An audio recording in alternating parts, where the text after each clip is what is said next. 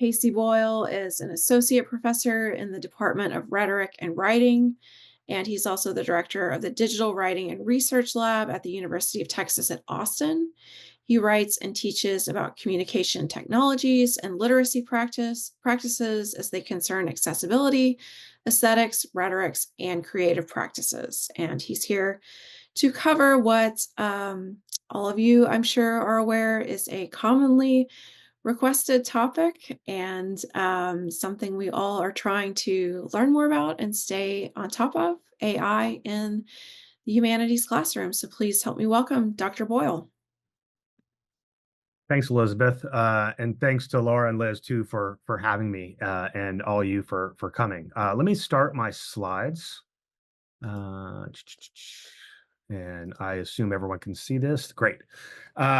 Today's session we're going to talk a lot about AI, and my own field is writing studies, but I also go into a couple of other things that are related to outside the English classroom.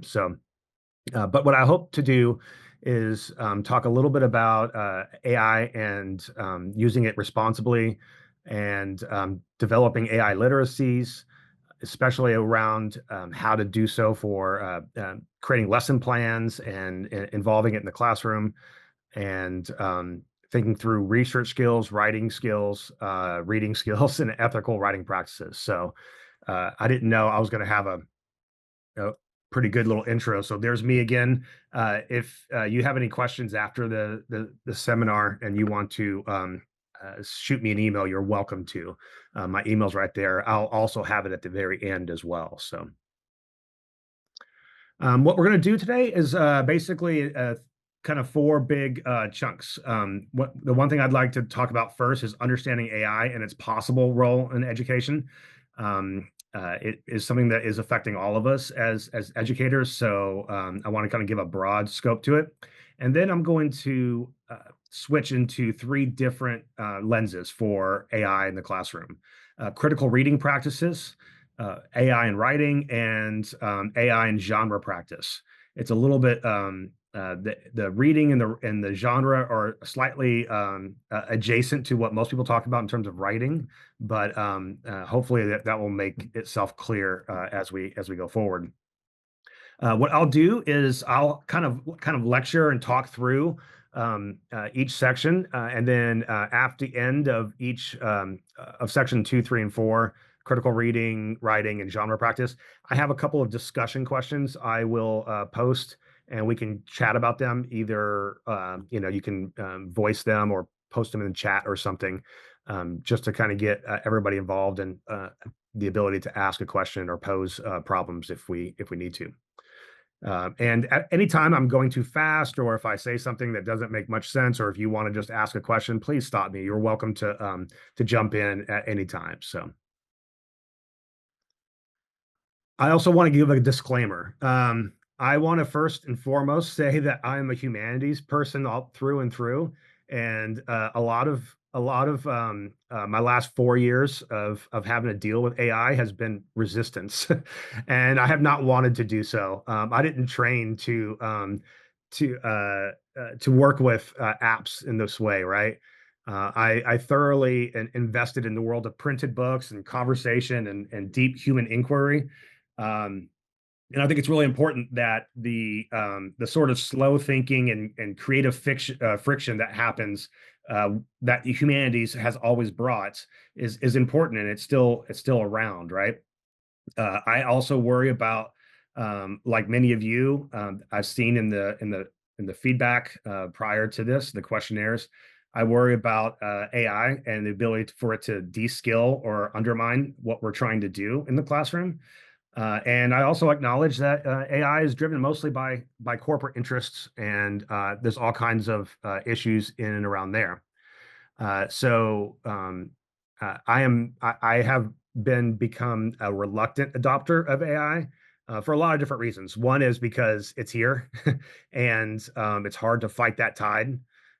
And my students, I've always believed that we meet them where they're at, and sometimes that's and where they're at is in front of an app that is using is helping them do the work that we ask them to do. So um, incorporating that into literacy practices, I think is one of our foremost responsibilities. So I just wanted to have that disclaimer in here and just and share with many of you kind of frustration with the rapid pace of AI into our professional lives and our profession itself.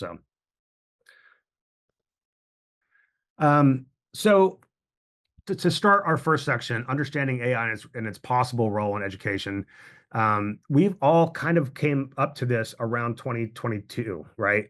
The advent of a chat GPT and a number of other LLM or large language model uh, application platforms have kind of come in and really done a number on our classrooms and our students and expectations all throughout. Um, but what we should be doing is probably replacing some of our traditional learning methods to make you to respond to this new information environment. So I'm hoping some of what we do today starts those conversations. And it's kind of hard not to see this happen everywhere, right? So almost any sort of function of writing or learning or reading has some sort of app now associated with it. We see it in presentation, resumes, research, writing, sort of productivity, and all that sort of thing. Everything is every kind of digital platform is trying to adopt AI, whether or not it was good or needed or whatnot. So this is our new sort of space for teaching and learning. Um, when I've done these workshops and thought through this before, I've thought about the analogous rise of calculators in like math classrooms, right? And there's a number of research out there, and I forgot to include the actual source from this, so I'm sorry for that. I'll try to add it later. Um, but basically, in the 1970s, early calculators faced resistance, just like we see a lot of in writing classrooms today with AI. And it took a long time for those devices to be incorporated into and as math itself, right? And as you see, in the 70s, it faced resistance. In the 80s and 90s, research showed they did a lot of research and how to develop better pedagogies. And it wasn't until like the early 2000s, 30 years after advent of calculators, that some of the testing would allow to have those in there. So to have a little bit of perspective, that's what we're dealing with, right? But the problem is we're trying to cram 3 decades of adoption, of careful, considered adoption into 3 years since ChatGPT and similar platforms have come about. Um, AI tools like ChatGPT or Claude or Notebook LM or Gemini or a number of other ones are raising similar concerns that we saw in with calculators. Um, these are the challenges that many of you wrote in your responses to the questionnaire before you came in here, um, about the challenges that we all have is lack of AI knowledge and training. No one really has trained us all in this. Um, we're worried about academic integrity and cheating, and how do we continue building the skills we want to build? How do we balance AI's role in learning itself? We are all kind of uncertain about whether it enhances or replaces essential skills. And then finally, and most importantly, what is the ethical and responsible use for AI? And it's kind of hard to keep up with policies and the way that policies develop and are deployed. It doesn't move as fast as tech does. So but yeah, so we're cramming 3 decades, unlike calculators that had 3 decades to develop policies and procedures and practices.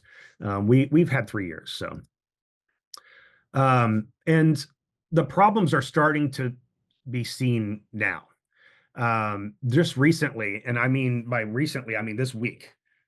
This article was released by researchers at Microsoft and Carnegie Mellon, uh, studying the use of AI and the erosion of critical thinking. by the use of AI. Their findings more or less said that AI reduces perceived effort in critical thinking tasks. An over reliance on AI can weaken independent problem solving. Users with higher confidence in AI engage in less critical thinking, and that AI, and this is where I find the most important finding, AI shifts cognitive effort from creation to verification. So no longer are we creating or building or developing arguments. We're just verifying and fact checking. So we've gone from being the reporters on knowledge and developing insights to just fact checking and making sure that the citations are correct or whatnot, right? So basically, this is what we've all feared. Really, is this kind of result with the rise of AI and the reliance on AI. But here's the implications that we have for us as educators. Um, because it's not going away, teaching AI literacy is crucial to maintain those critical analysis skills. Um, AI should be integrated in ways that support but not replace thinking. So, how do we integrate AI in situations that create the practices of support rather than reliance on thinking for oneself? Assignments should be designed to require human interpretation, synthesis, and reflection beyond AI's capabilities. And that's kind of a tricky game. I understand that the target's always moving. And then finally, we educators should incorporate structured AI engagement, and students should document how they used AI in their work. And here's some opportunities that we can use when we're working with our students. AI can help brainstorming, research, revision, analysis when used ethically as a tool, not a replacement. And I'll go through in each of the sections, the next sections that come up. I'll go through and talk a little bit about how some of those might work and what they might look like in a lesson plan or an exercise. We can design AI resistant assessments that emphasize process and originality. And this might involve a lot more reflection or just seeing the process of projects developed over time. And then finally, AI literacy can help prepare students for real world digital interactions and career applications. Um, it's becoming so when ChatGPT first came out, I'd had a number of friends who were freelance writers or professional writers of some sort, and their jobs immediately overnight almost went from um, writing. So they would get paid, let's say, I don't know, a certain amount to write 500 words or 1,000 words or something. And then overnight they started getting paid 20% just to double check AI generated content and copy. And what that showed me is number one, that people would love to fire writers as quickly as possible. And number two, it showed me that even to be a writer, you have to be able to work with AI a little bit, right? And so whether it's a history class or a writing class or any other sort of social studies class, uh, being able to critically engage and position AI as some sort of support rather than replacement is crucial for us. Um, all right, I'm checking the chat to see if there's anybody. Okay, cool. Everyone's just saying where they're from. Great. Okay. Um, oops. How do I go back? Here we go. All right, great.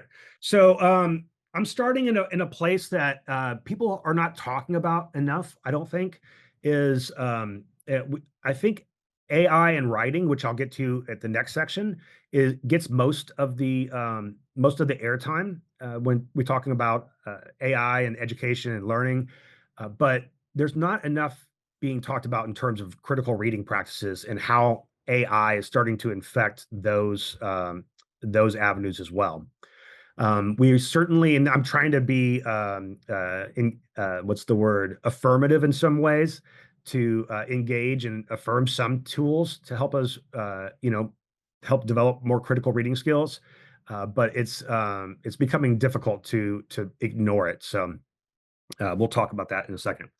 As you all probably have seen every year, especially from my angle, there's always a Johnny doesn't read anymore sort of uh, uh, rash of articles that come out every other year or so.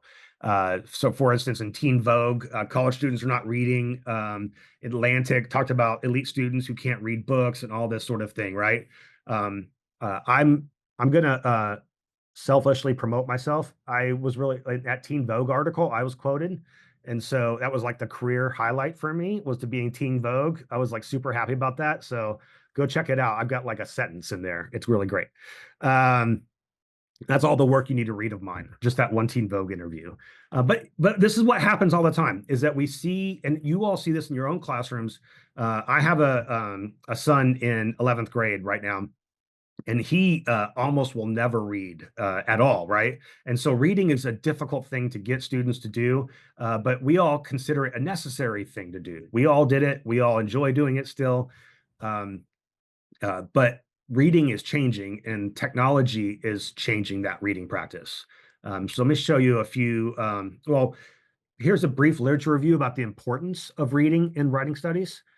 Basically, we think of reading as social interaction. It's not about extracting information. It's more about interacting, participating in inaudible conversations, opening oneself to an other, right? There's several pedagogical connections between reading and writing, and the less reading you do, the less good the writing is, right? And also in my own field, there's disciplinary connections and disappearance of reading, even talking about as a field of study. Anyways, it's something that we just assume people do and do well. Um, but what I've started to see is that especially with a lot of platforms that will like document platforms, there's been a number of more or less reading technologies that have come to support or even replace reading as we traditionally know it. So for instance, I'm going to show, and these are just different tools. I opted to take screenshots and show you screenshots and kind of lead through what a lot of these technologies are doing for reading and then later writing, rather than show you in person or like a live thing. But I'll just kind of go through a quick survey of these, and then I have a couple of discussion questions we can talk about. First of all, there's this great, this one actually is good. I use this for graduate students, but I can see students in AP courses using this kind of thing is taking a research paper and then visualizing all the connections and the conversations that who they cite and who cited that document. It's a really good tool for that. It uses a light version of AI, mostly just kind of web crawling and pulling information. So it's a sort of a light version. So Research Rabbit, super good. I highly recommend it. But here's what I'm starting to see that I'm starting to be worried about is the incorporation of AI tools in previously or not AI products. So something as simple as Adobe Acrobat, where you would go and read an article, for instance, pull up a PDF. It could be a book, it could be something. It's starting to incorporate this AI assistance in there, where it basically turns the PDF into a chatbot, right? So you're reading the PDF. You don't have to read the PDF. You can just ask the chat questions and it'll just tell you what's going on there. Um, and this is a significant change because when ChatGPT first came out, we all thought, oh, people are going to go to ChatGPT, right? Are you going to go to there and do this? But now all of that technology is kind of being folded into all of our communication and writing practice platforms. Um, Even in, like for instance, Google's Chrome PDF reader, when you pull up a PDF and it pulls up in your browser, uh, Gemini, Google's AI platform, will also ask you certain questions and ask you, hey, do you want to tell us a little bit more about this? So, for instance, I asked it, hey, what's the central argument here in this argument or in this article? And here are the main points it reads out and it gives you right away. Of course, students could go and take this to ChatGPT and get the same kind of thing, but it's different when it's available right in the same viewing browser or viewing platform, and it's been folded right in. So, what this shows to me and tells me is that we have to think seriously and sincerely about what does it mean to do reading now, right? What are we asking students to do? What's the function of reading in a writing classroom? And if all of these tools are there to support reading or maybe even replace reading, how do we make sure it goes more towards support rather than replace? Um, Here's another tool that it's actually pretty interesting, and I've used it a number of times. It's Google Notebook LM. I'm not sure if anybody's familiar with this, but it's developed by it's the lead developer was someone that Google hired. His name is Steven Johnson, and he's actually well known. He's a really great writer, and he's written 8 or 9 books or so. And he's always wanted to have a platform like this where you could pull in a bunch of PDFs and books. And basically, what it does is it creates, when we think of um, language models and GPT, we think of large language models. And what they do is they take, millions of texts, put them together, and then help predict connections between what was probably going to happen if you say, hey, what's the meaning of Homer's Odyssey? And then it can pull in some answers, right? This Google's Notebook LM, what it does is it creates a small version of that. And so all the PDFs I have attached to this, it will just create connections and questions using only that information and nothing else outside of that. So, for instance, um, when you use Google Notebook LM, this all the PDFs on the side, you can it'll give you this and they might have changed and they'll give you this prompting thing and there you can click on the FAQ and then it'll give you frequently asked questions of all those texts that are in there in my thing. Or if you want to say, hey, give me a timeline, it will create a timeline based on all the chronology of all the stuff that are written in that book, right? If you want to create a study guide, that they made this for writers and teachers and students. If you want to create a study guide, you press study guide and it'll create a document where it shows connections between all the texts in there and important key facts and summaries and all that stuff. And the most spectacular thing it does is if you can see the audio conversation there, if you see right on the in the toolbar there, it says generate. If you press that button, it'll take about 5 minutes. But what Google Notebook LM will do is create an entire podcast with fake voices that have like an NPR style conversation about all these texts in there. It'll create a it'll create a topic, and then they'll go back and forth between the readings, and it sounds like someone is really there's two people talking about it, and it just creates it within 5 minutes, and each one's about 10 minutes long. So things that we can think about with this is are we wanting students to understand certain topics? Are we wanting them to navigate through difficult texts? Are we wanting them to make connections between texts? All of these tools are starting to frustrate those conversations and suspend them in some ways because they're allowing that work to be done elsewhere. And even in the more popular culture, there's a number of different platforms that are being developed. This one's probably the most famous so far. This platform called Rebind, and what it does is it takes their initial offerings. It's like an ebook company, and they offer classic texts, Great Gatsby, Age of Innocence, things like that.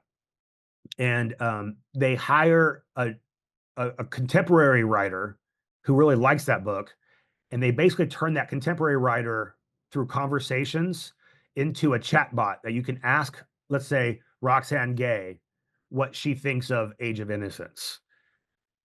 And so this is the reading environment that students are working their way towards. It's this sort of like extra supported, extra interpreted, environment where texts may have their own AI component to them, right? And so, what does that mean for us in our classrooms, and especially in the humanities, when we are trying to teach people critical reading and critical thinking skills?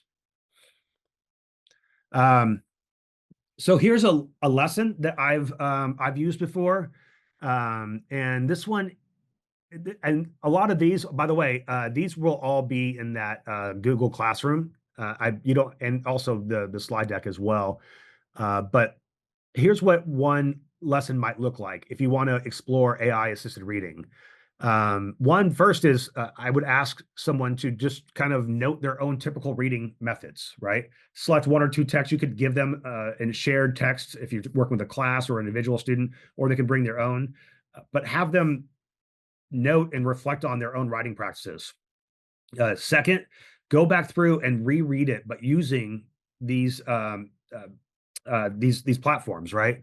Notebook LM or Chrome PDF reader extension or Adobe AI assistant, and take notes on what's different or surprising or challenging about that reading with those tools. And then finally, you can just have them reflect on their experiences a little bit, and try to have them develop this critical awareness between what is traditional reading and then what is this AI assisted reading, and in foreground what are the goals for each of those. So here's a couple of discussion questions. I can see if anybody wants to um, respond to some of this, but this questions that we just kind of start the conversation is what is the role of reading in the humanities classroom? Should it focus primarily on comprehension, engagement, or deep analysis? And how might AI affect this purpose? Um, I can just start there. What is the goal that we usually want in reading in our classrooms?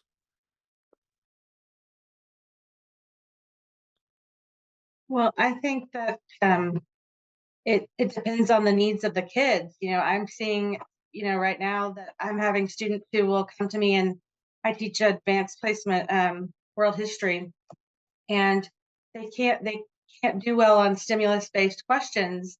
And they'll say, I'm spending an hour and a half reading every night. I'm doing the vocabulary. I'm struggling.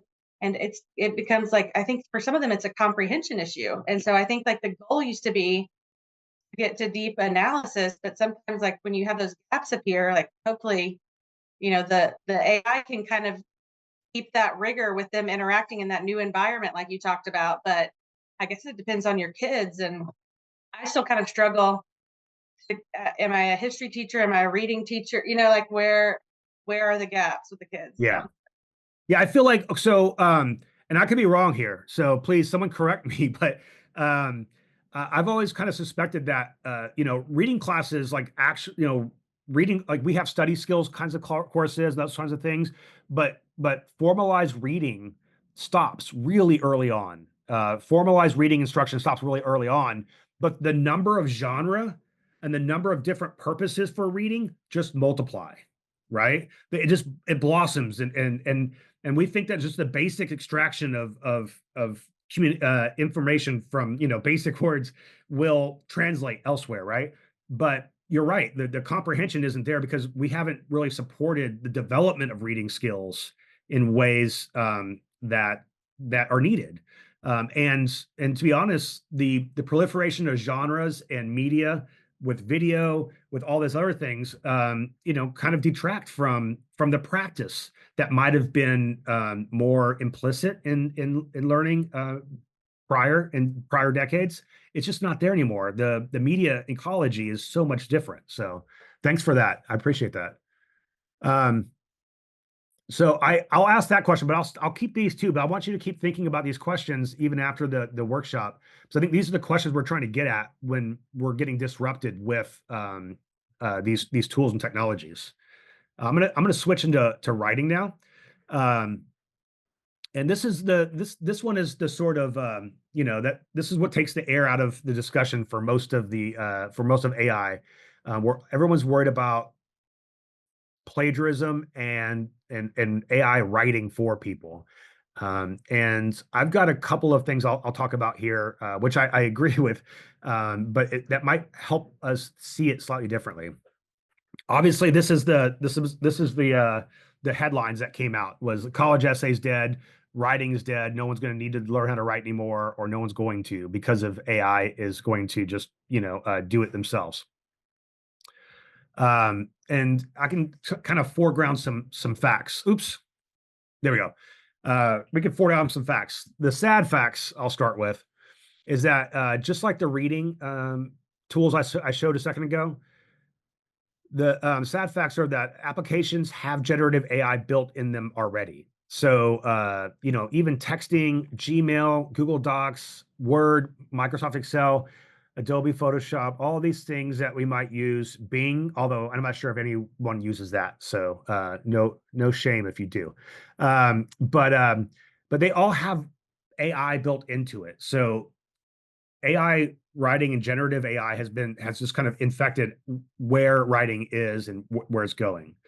Um, Another sad fact is that what tools can you use to certainly detect? There are none really, but there are many number. Yeah, sorry.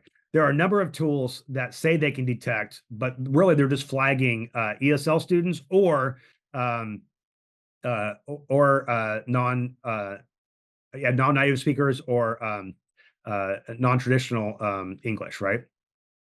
Here's some happy facts, though. Can you explain that a little bit more? Yeah.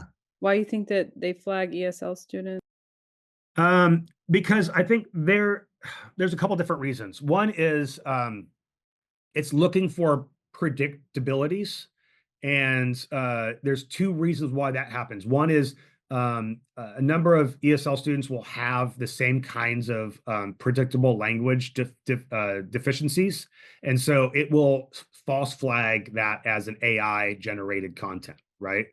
Um, or it gets it, or on the other side is that sometimes it will come across as too formal or too formalized, right?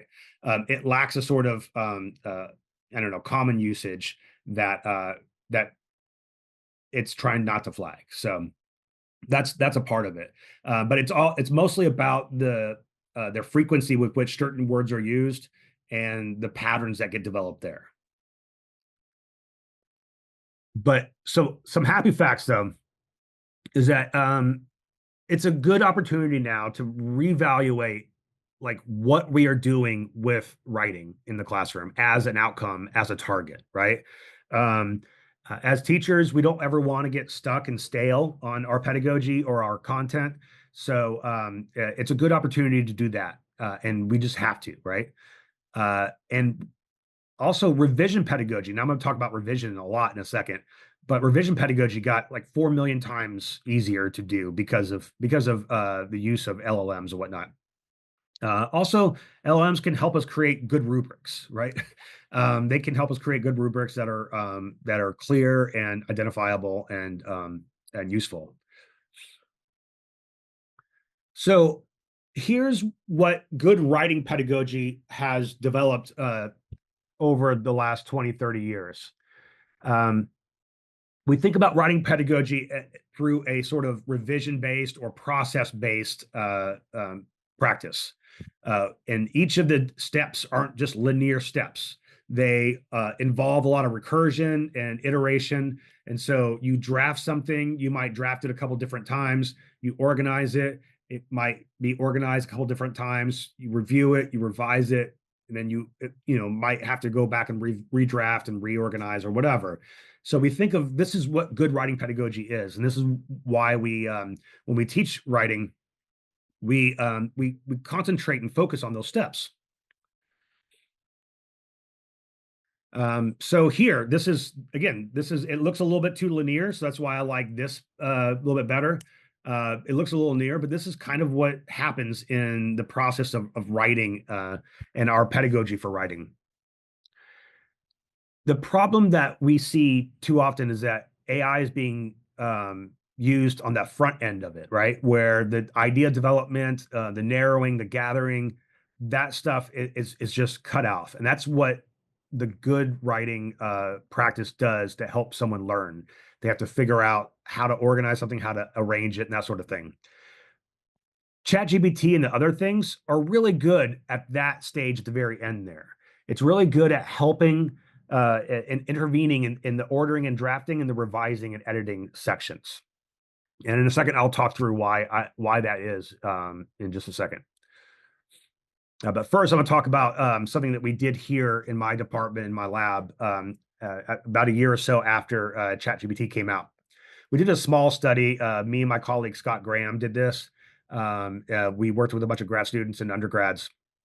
And what we wanted to see was we weren't so much worried about if could a student fool us and give us an essay, but what we wanted to see is like what would sound like. Does it sound good? Is it a good essay? And so we developed a couple, and we had a couple students who volunteered to do this, and we had grad tutors grade anonymously grade, and we had students basically use AI to co-write a paper. So here's what was the assignment. We gave them a prompt, and we had them co-write a paper with AI. And the papers were like, I think they were around like 1,500 words we asked them for. And and we asked them to keep track of their progress. And we wanted to know the number of words that they generated in using the AI. And then when we graded them, we gave each of the essays basically an average robotness score, right? If it sounded more like a robot, it got a 5. If it sounded less like a robot, it didn't get a 5. But all of these were generated, co-written with AI as part of that developmental process. And this is what we found that was really interesting, is that, and then we had another group that did it just normally, but in both groups, here's some of the findings. In both groups, the most important finding for us was the more words generated, regardless of whether it was AI or not, the more words generated in an essay ended up being a better essay, because they would have to then condense and reformulate. That what AI gave them was enough material to work with. And then they made all these decisions to cut down, to narrow, to basically take all that coal, shove it together to make diamonds, right? And so if you go back and look at this second essay, which was probably the best essay, the best graded one, this student writer, the essay itself, the turned in essay was only 2,000 words, but they generated nearly 25,000 words to get back down to that 2,000 word limit, right? They had the least amount of robotness, and they had the highest grade for the essay itself. So this told us a couple different things. Is that, yes, as always, if students just, if they have to write a 2,000 word essay and they only write 2,000 words and end it, that's probably going to be a bad essay, period. If they let ChatGPT do it for them, that's probably going to be a bad essay as well. But whether or not they're writing from themselves or using ChatGPT, if they develop way more material and then reverse the idea of writing and become an editor and reviser rather than a drafter, the essay comes out much better. Here's what some of the students said about the reflections. They got annoyed with using ChatGPT for this. They felt like it kept trying to pull them from what they really wanted to say, and they felt like it was harder to work with. But for us, that's what we thought was a good thing. We wanted to have that friction for creativity. We wanted to have that slow difficulty of having to do that. So this is what we reconsidered our writing pedagogy to be based around. Was we still have that traditional draft, organize, review, revise, that sort of thing, right?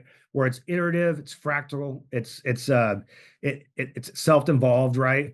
It's not super linear, but incorporating each of those steps with AI has helped us figure out that students can still write and be creative and still learn in the process, if we flip around some of the dynamics of what we're asking for. So perhaps a writing assignment for here could be, okay, have a use ChatGPT, have 5,000 word, have it develop 5,000 word essay. And then I want you to take that 5,000 word essay and now rewrite it for yourself to be 1,000 words.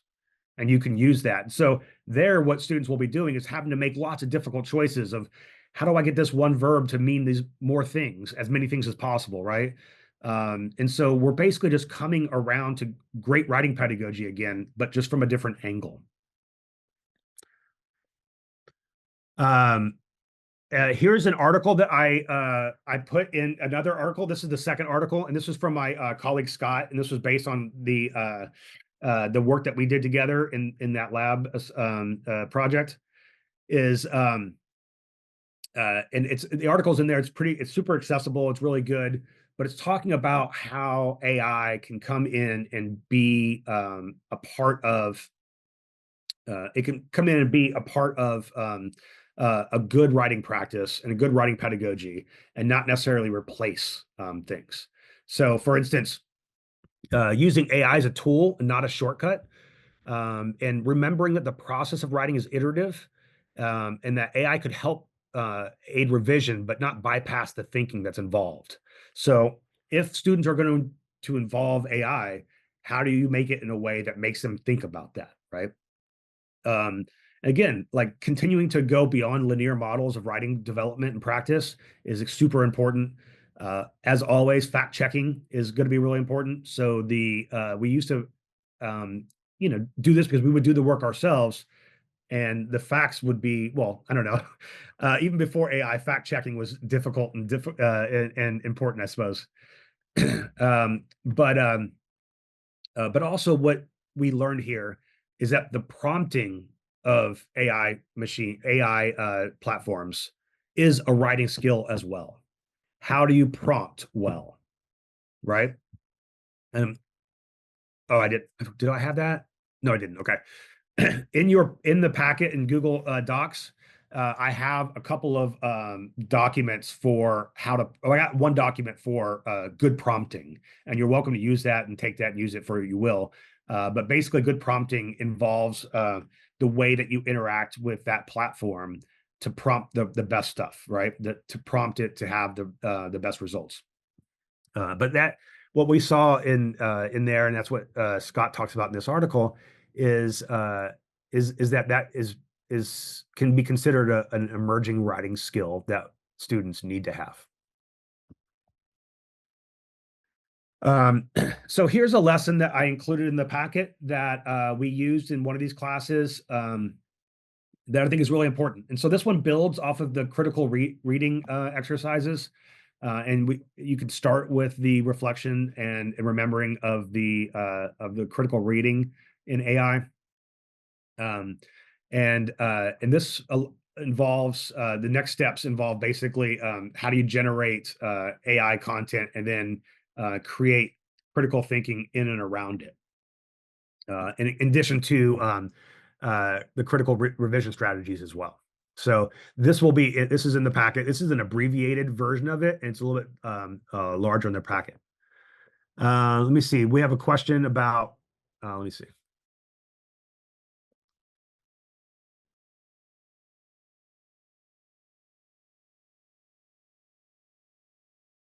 Oh yeah. So Kathleen's question is really important and good, I think, about equity in terms of how do you set up an assignment that both has this and doesn't have this, but also has the same thing.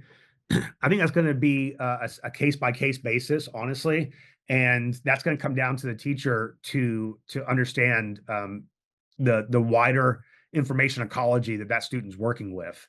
That doesn't necessarily um, that hasn't necessarily changed because we've always had that for a good while, right? Students have access to computers that some don't. Some might only have access to cell phones, which might, change the writing process differently than someone who has access to a laptop or a desktop at home. And so I think it doesn't really significantly change what we're always kind of working with, I think. Let me see. And here's a couple questions that we could pose, but we can only we can like just go with one of them, I think. I think I want to ask to kind of work against my own claims, right? Does AI risk turning writing to an act of managing outputs rather than a creative and intellectual process? How can we ensure students can remain actively engaged in their writing? So, to everyone online in the room, is this the danger we're worried about? Turning it into managing outputs instead of a creative intellectual process?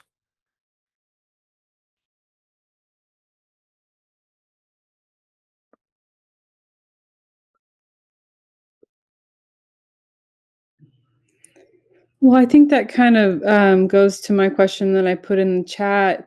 One of the activities or you explained, the study that was done was generating a lot and then condensing. But I'm just wondering, isn't that also output management? And couldn't they just ask the LLM to do that for them? Yeah, I mean, absolutely. I mean, this was like a year and a half ago, 2 years ago when we did that small study, and that probably can't be replicated now. I think because you're probably right. You could just have the LM do that for them. But if you ask them to do that, right, and and and that's where like I think there's an access problem when we only go straight to pen and pencil and blue books, right? When we want to have students only write in person, there's a huge access and equity problem in that. Um, and but there's not as much as if you have students use ChatGPT to develop a 10,000 word essay or 5,000 word essay, and then from there take that, print it out, and then have them use pen and paper and go through and reduce it in that way, right? Yeah, absolutely. You could say, "Hey, ChatGPT, now condense this into a 500 great words," Absolutely. But having students work away from that and work towards that will get at some of those writing skills from a different angle than we're used to.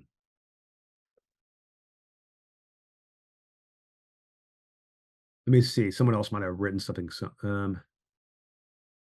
Yeah, Mackenzie talks about going back to blue books. Yeah, they like I said, like that's an access issue as well because like some students don't can't do the timed writing in the same ways that other students can, and also I've seen I have a 13-year-old and a 16-year-old and their handwriting is just like the worst. So that's getting worse every day. So some of these might be difficult to replicate. So.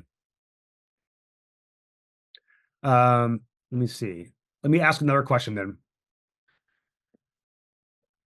How might AI change our expectations for the writing process? I probably should have asked that question. That's a better question, anyways. I mean, that's kind of what we're all here for, I believe. Is how are we changing our expectations for writing based on the availability of generative AI? Think for me, oh, I'm sorry. Go ahead. You can go first. Yeah, so I think it would help my students with brainstorming because a lot of my students have issues with brainstorming because they don't have the attention span anymore because they're always on technology. So it would help them with that. Yeah. Yeah, and that brainstorming and ideating, right? It's really important. To say like, hey, give me 10 different ideas for this, and then choosing one, that could be helpful. But to do that, the idea of brainstorming before was like that, what I referred to earlier as like the friction involved in creative, in anything, creative, that sort of friction of like kind of being frustrated, not quite being able to get it, to expedite that and get rid of it. Uh, does does it? Yeah. So yeah, you're absolutely right. We could do that, and then try to how do you involve and fold back that friction somewhere else? Right. That's going to be the important thing, I think. I Margaret, think you were one going of to the say something. things that, yes, I was going to say one of the things that I have been thinking about and trying to be more open is giving them, sometimes I teach them their first kind of AP level class where they're doing a lot of writing, and their writing is very simplistic. And I think giving them a baseline Yeah. and then saying, improve this, make this, using those resources might be a different way to kind of go about it instead of kind of seeing what they come up with, first thought kind of thing. Yeah. And also one of the things that one of the weaknesses, and I'm going to come back to your question, April, from the chat, but right in a second. But one of those things is making the writing contextual and local as much as possible. Because one of these things that the large language models do not do at all is it has no real local knowledge. I mean, it might have it at the level of Wikipedia, but local events, current local events just are not on large language models. They're not represented in the data set at all, right? And so having a student talk generally about, let's say, have an LLM like a ChatGPT, and I promise you all, I'm not advertising for ChatGPT. It's just like it's becoming like Coke or Kleenex, right? So I don't really care about that.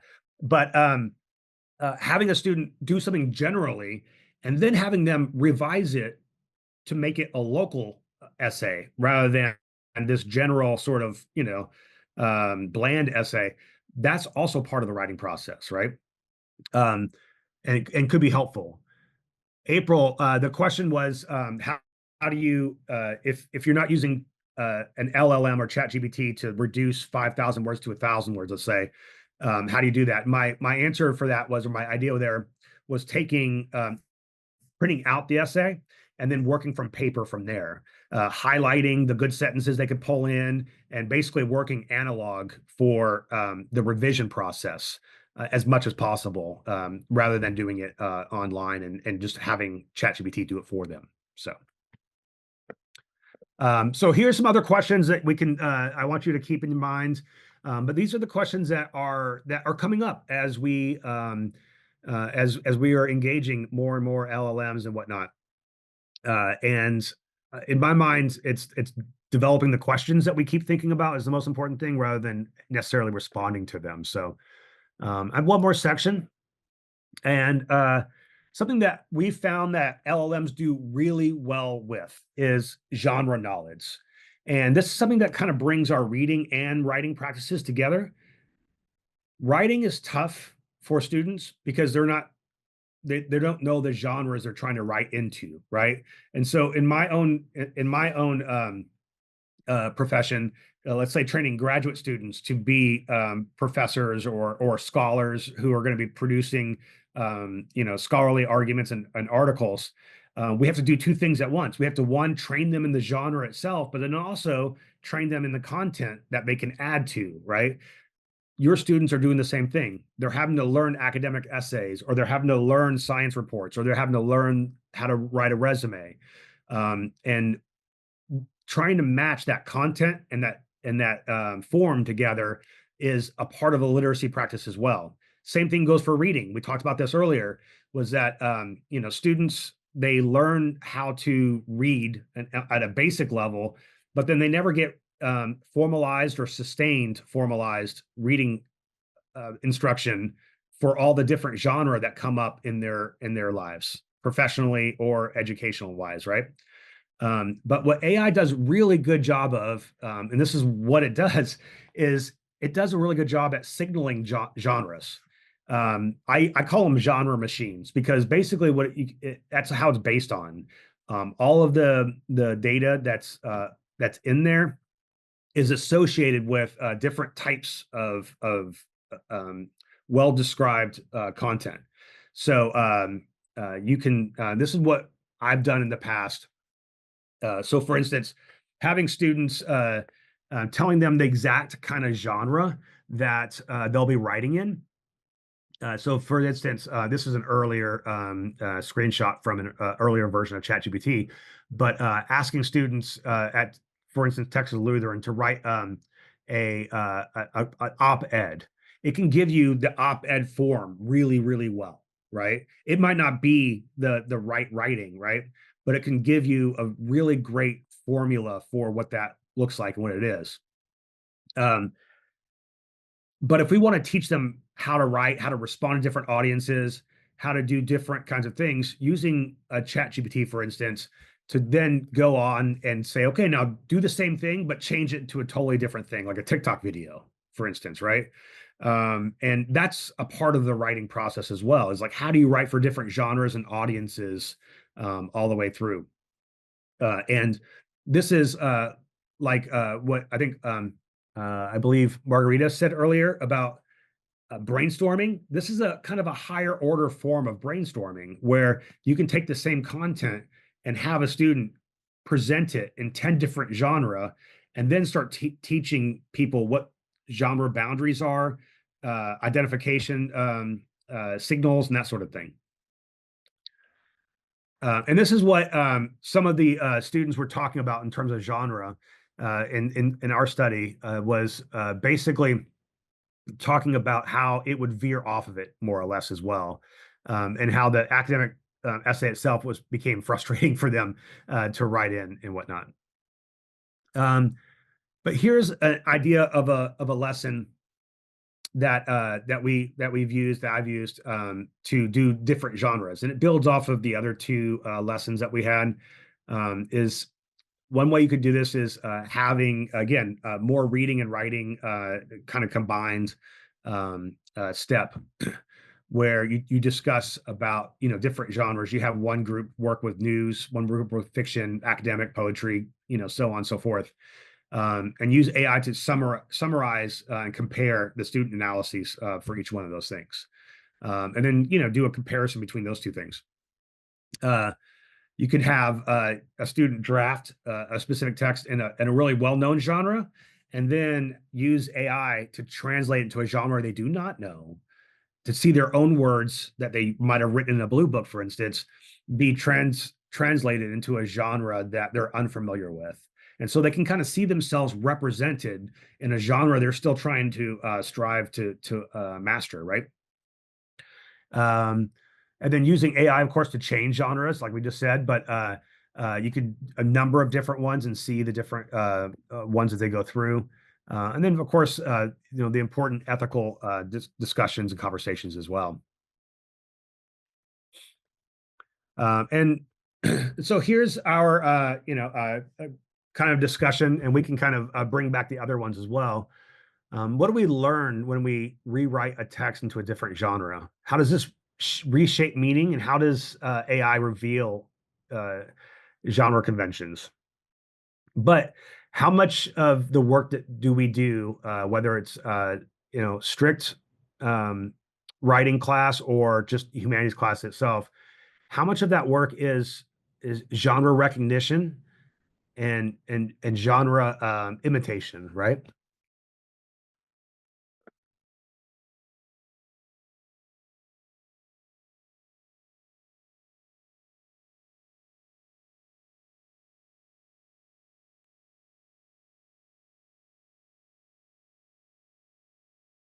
Maybe I'll pose a question differently.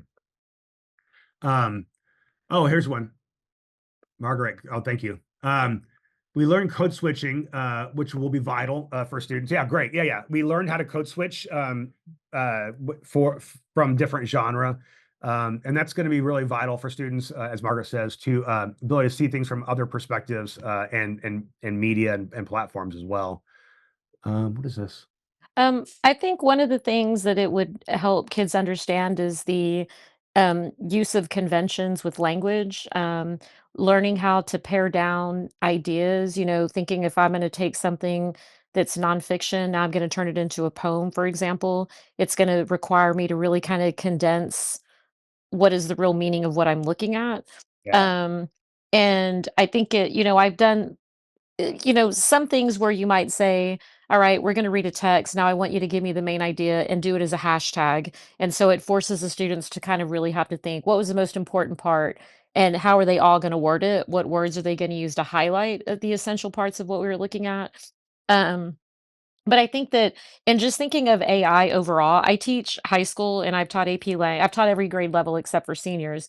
I think for me, one of the things is sort of when we introduce anything new to teachers, education, et cetera, is no one's really trained on it in general. Like, I'm not trained Right. well enough to go back and say, "Hey, let me teach you how to use all this AI." I had a student one time that he said to me, "I'm not smart enough to use AI. You know that if I generate something from that, you know I didn't write it. You would know right away." But, that would be my shortcoming, is that I feel like I don't know how to use it well enough, to say, "Here's how we can safely and productively use it in the Yeah. classroom." That would be my issue, that let me look at it and then let me see how can I effectively adapt it into what I'm doing? Yeah, absolutely. I mean, I think what you just said, Elizabeth, hits with what Shauna just said too, is that AI changes so quickly, and the speed of tech moves at light speeds sometimes uh, faster than we do, and that we can, right? We have, and but at the same time, what we get to do is kind of refocus and remember what are the functions we're asking people to do. So writing has always been really important for lots of different reasons, for communication, for learning, all that stuff. How might those functions be replicated in this new media environment, right? So focusing on the functions and not the product. And this is what we did, 30, 40 years ago with writing pedagogy. We were always worried about product and like, marking up texts as the final thing. And it wasn't, 30 years ago, 40 years ago, we started thinking about no, good writing pedagogy talks about the whole process of writing, not just that final product. And I feel like we have to remind ourselves of that. And that's what AI is trying to do to us, or at least that's what the opportunity is. That's what my most generous response to AI is, even though I have lots of not generous responses to AI, is that we can use it to remind ourselves of the functions. So, let me see if someone else says something. Yeah, great. Yeah, Molly says that the genre switching in AI would be a great tool for highlighting differences and conventions of different writing, right? Um, and again, the practice of switching those codes, as Margaret said, or or the conventions, as Molly says, is going to be extremely important, because the more of the practice and the pivoting that the students have to do, that in itself is the kind of friction that we have to fold back in, to against AI's expedient processes. Let me see.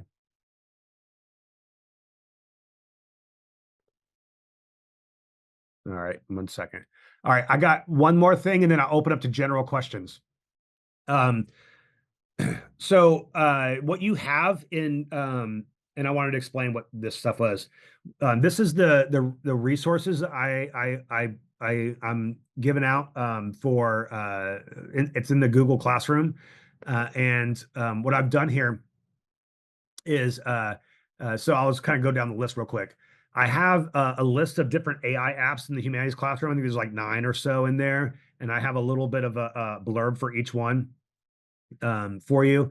I have that great article by my colleague Scott Graham, Post Process, Not Post Writing, which talks about the way that our process pedagogy for writing pedagogy isn't going away. It's only going to be intensified.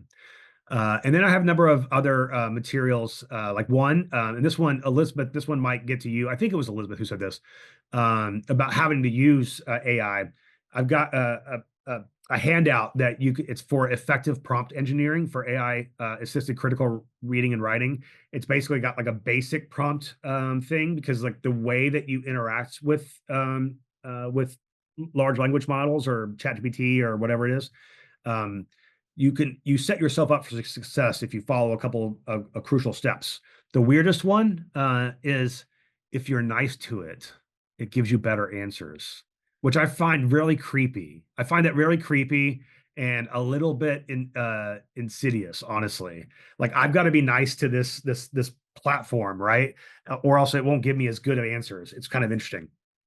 Uh, Also, what's interesting, is a side note, I guess, is how all these companies have framed this technology as chat. It's not like discuss. It's not converse. It's not any of that. It's chat. It's chatter. It's easy. It's something you can do conversationally, really easily, right?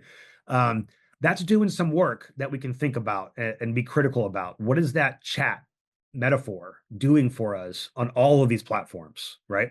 Chatbots, chat GBT, all that stuff, right? It's doing a lot of work that we can put out there. But some of the other things I've got for you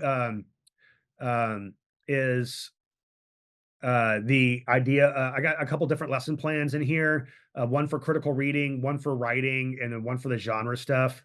Um, and I also have one for traditional versus AI based writing, and I got the slide deck in there for you as well.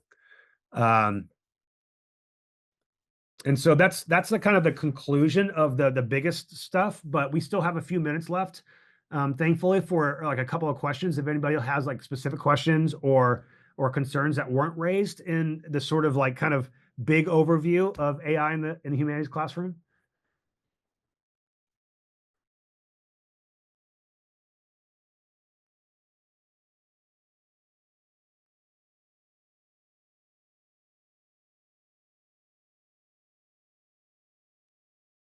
As folks are trying to decide if they're going to ask a question or not. I also made all those resources as documents, Microsoft documents. And so you're welcome to adjust them, change them, use them for your own self. You don't need to credit me at all. I view classroom materials as more or less open source, and you're welcome to adopt and adapt it and just run with it as much as you'd like. So I didn't give, I think there was only one in there that was a PDF, and that's the slide deck. Or the two articles, but all the other materials are docs that you can copy paste or change or whatever. Hi, I was hoping to ask a question. Yeah. I'm kind of wondering what's your pitch to students on, doing things the right way, using ChatGPT or other large language models as an ethical tool rather than kind of having it do their work for them. And I ask this because sometimes the academic honesty is not always rewarded in the university or classroom setting. Right. Students who use ChatGPT are going to get the higher grade than the student who actually tried and just didn't have as much ability. So I'm just interested in kind of what's your pitch to the students to affirm this process of academic honesty and engaging with AI in Yeah. what we think is the right or virtuous way. Yeah, no, thank you. This is a really great question, and I honestly, like, you're right. Like in the immediate side, students will get better. They'll get better results if they use something like ChatGPT and just don't do the work, right? Like it's just they'll get better results right away. Long term, obviously they won't. Like they won't learn the thing, right? And so my pitch to them is usually this. Like you go and I use this all the time, and I don't know if it's very original, but it works for me. Is to say like, hey, when you go to the gym, are you bringing a forklift with you? Like you could use a forklift and lift a lot of weight, right? You could use a forklift and lift a lot of weight, but are you going to be able to learn how to lift weights, right? Are you like that takes practice, and that's what I try to. I always try to use the analogy of like learning mentally is not unlike at all learning physically, right? Um, and you can have an AI generate a video of you being a professional baseball player, but you're not a professional baseball player. Like you didn't do the work. And so you can have the surface level of it, but you're not going to have those skills. And what you're here for is to develop those skills. Now, the big problem, and this is the big problem. This goes to what you're asking, is that the students who are taking required courses are the ones who are most likely to go into this. But once they start going into where they're interested, they're more likely to not use AI or to use AI supports rather than replacements, right? And this is where like I'm really privileged and fortunate in my position. My upper division courses, almost none of my students use AI. Like I have an advanced writing course I teach. It's like expository writing. It's just essays and reviews.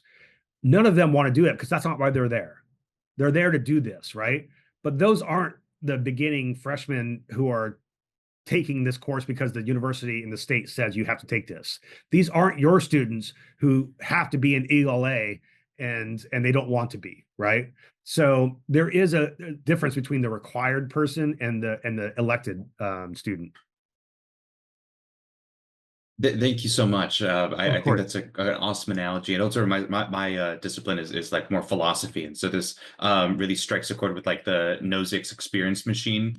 Yeah, You know, we tend yeah, to prefer the real thing, even if it's more flawed. Thank you so right. much. Absolutely. Yeah. Yeah.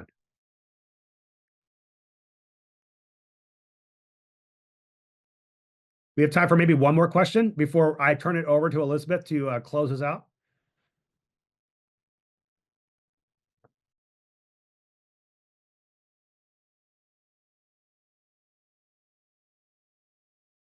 Yeah, Kathleen, developmentally, it's hard to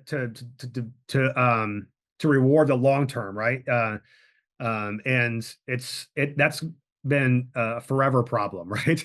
How it's the marshmallow test. It's you know, if you wait, you'll get two marshmallows instead of just the one you get right away. Um, but yeah, that's the struggle. So but thanks everybody for coming out. Again, this is my email. If you have any questions or want to follow up on something, you're welcome to. Thanks to Elizabeth and Humanities Texas for having me today. Thank you. Thank you so much, Dr. Boyle, for an immensely helpful presentation and a provocative and engaging discussion, and all the resources that you provided. Again, those are all available on Google Classroom. If you're having any issues joining the Google Classroom, just email us and we can help you get set up with the files. Liz is going to drop a link to our evaluation in the chat. We do hope that you will just give us some feedback. Let us know what you thought of tonight's program. And if you have any ideas for future programs, please share that too.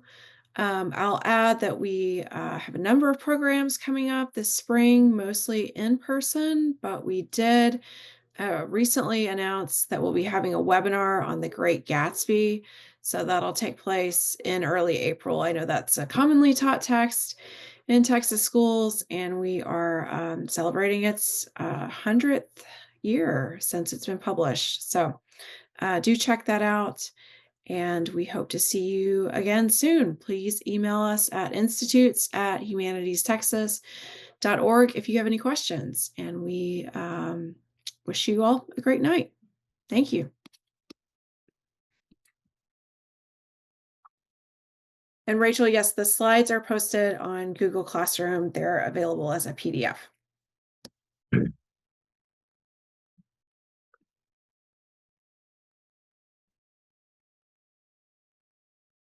All right. Thanks, everyone.